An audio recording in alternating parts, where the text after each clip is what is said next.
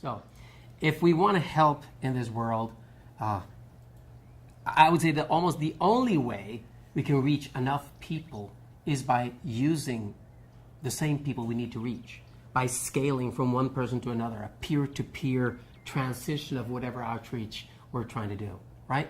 So one way of scaling is having family members show each other, for example.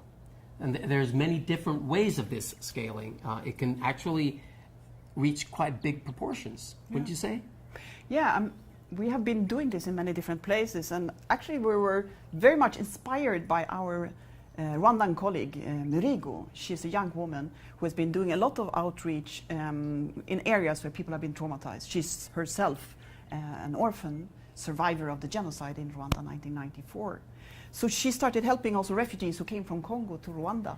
And there's a big refugee camp in Kijeme, which is close to the Congolese border. And there were like 17,000 refugees there. And she realized that they had, of course, similar problems she herself had as she grew up, being an orphan, living without her family. So when she met them, she said that, yeah, I will be happy to teach you some simple techniques, but you cannot keep them to yourself. Each of you have to teach at least 5 people. And next time I come back, I will see your results. Yeah. And actually, I came with her actually after 1 month or 1 month and a half, and they were 40, so they had done their homework. And then it grew and grew and grew, and then finally there were several thousands of them. And then they wanted to teach to other refugees because they said, wow, God must have sent you because this has really helped us and our children so much.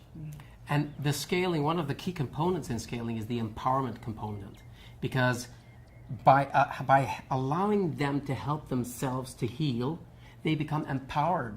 They are empowered by being survivors, actually doing something about surviving instead of waiting for help indefinitely.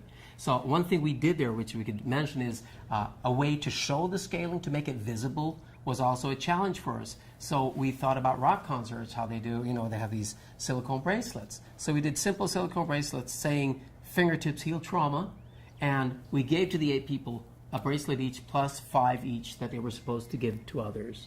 And that way, the bracelets was a way of people saying, I see you know the technique, could you teach me? And then they would have their bracelet and it would expand at a very low cost. Yeah, and since then we always say this, that that's actually old when learning these simple techniques. It is that you're not allowed to keep them to yourself.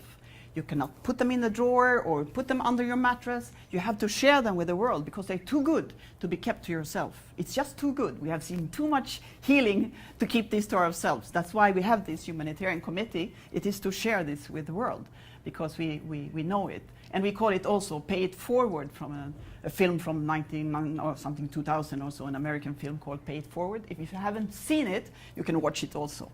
Yeah, that's it. Scaling.